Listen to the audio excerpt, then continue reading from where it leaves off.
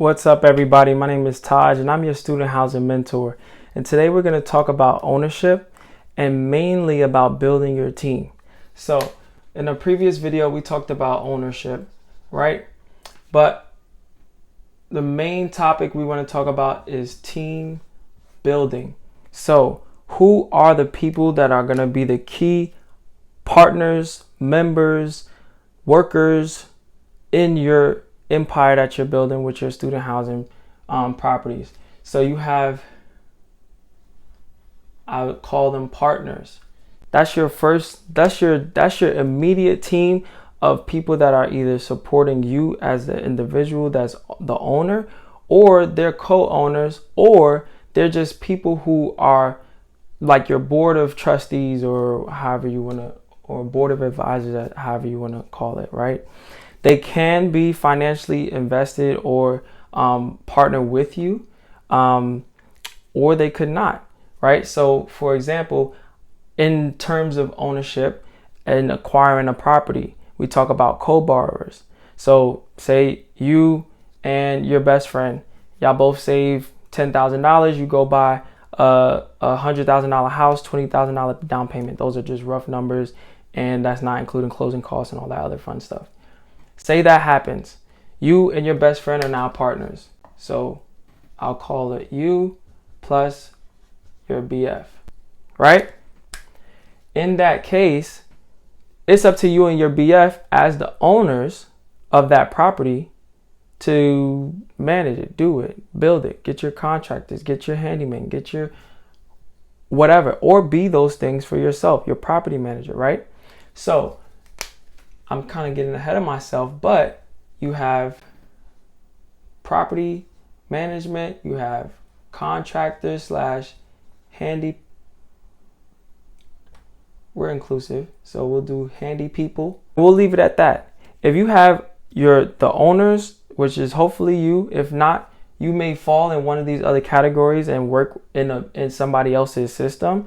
But if you have a property manager, a contractor or handy person, or a group of them, and the key board of members or partners that are a part of your operation, then you can easily run your student housing business. But your team is important because your property manager's phone is going to be the one who's ringing when tenants get locked out and have all these different issues.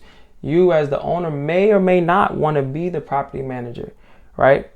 I personally got a lot of experience doing this, which is how I'm able to teach you everything that I know, because I've been in both of these positions, right? So in the beginning, it may be you. You may be the contractor too, or fixing the light bulbs or doing X, Y, and Z.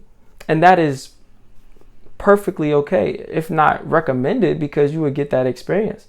But if you have a lot of capital and you want to just go forward and build out your team and your systems, because a part of building your teams, and this is a whole separate video, your systems are so important. How are you making your leases and contracts and tracking that? How are you filing it? How are you collecting payments? How are you running your bank accounts and managing your bills? Are all your bills on auto pay? Or are you or your property manager having to remember and write down that a bill is due for your rental property? Like, everything should be on budget, bill, and auto pay. That's a gem. Auto bill, budget pay, if you can, for your bigger bills like gas and electric, which you can opt to have the tenants pay, or you can pay Wi-Fi, all that different stuff. For us personally, we've done both. We've had it in the sense of, in terms of utilities. I'm gonna jump into a little bit about the property management. In terms of who is responsible for utilities, there is a marketing value add to having an all-inclusive rental. So you can account for the utility prices in your rents. However, some of those utility prices are going to fluctuate based on the months and based on the tenant's usage.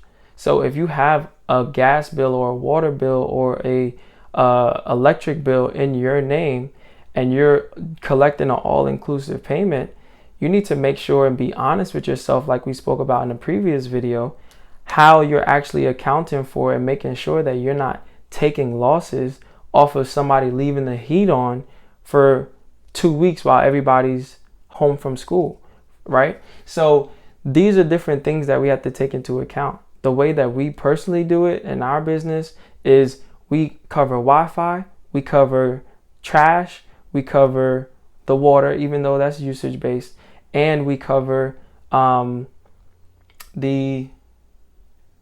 think that's it. Wi-Fi, trash, and water bill is all included. And the only two bills that they're responsible for are gas and electric. So in that case, if they turn up the heat to 80 degrees all winter, then that's their problem. That's not your problem. So you don't want to also overextend yourself to make it a safe and comfortable place like we spoke about. But also you want to make sure that you're mitigating your own risk as well. Building your team is so key, but it seems like something that could be overlooked so easily. You will have a lot of stress if you do not take into account identifying the people who are going to be on your team. Oh, the question we get all the time. How do you find your contractors? You guys are always doing renovations. How do you find your contractors? Listen, there's work out there. Be resourceful. You can just put it in on Nextdoor and build that community and reach out to people. You can go on Yelp. You can go on Google. You can literally go to Home Depot and there's contractors everywhere. Just hey, you know anybody, or do you do work yourself, or come check out this project?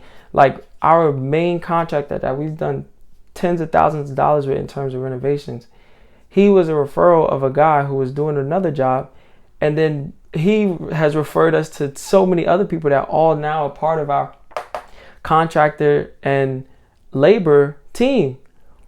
So when it comes to your trash removal, when you're doing a big project, and your kitchen renovations and fixing bathrooms, to the small stuff of handy stuff and changing doorknobs and making sure keys and all that different stuff is the way that it should, those all require other people, unless you want it to be yourself and you have those skills and are willing to be accommodated or paid for through your business.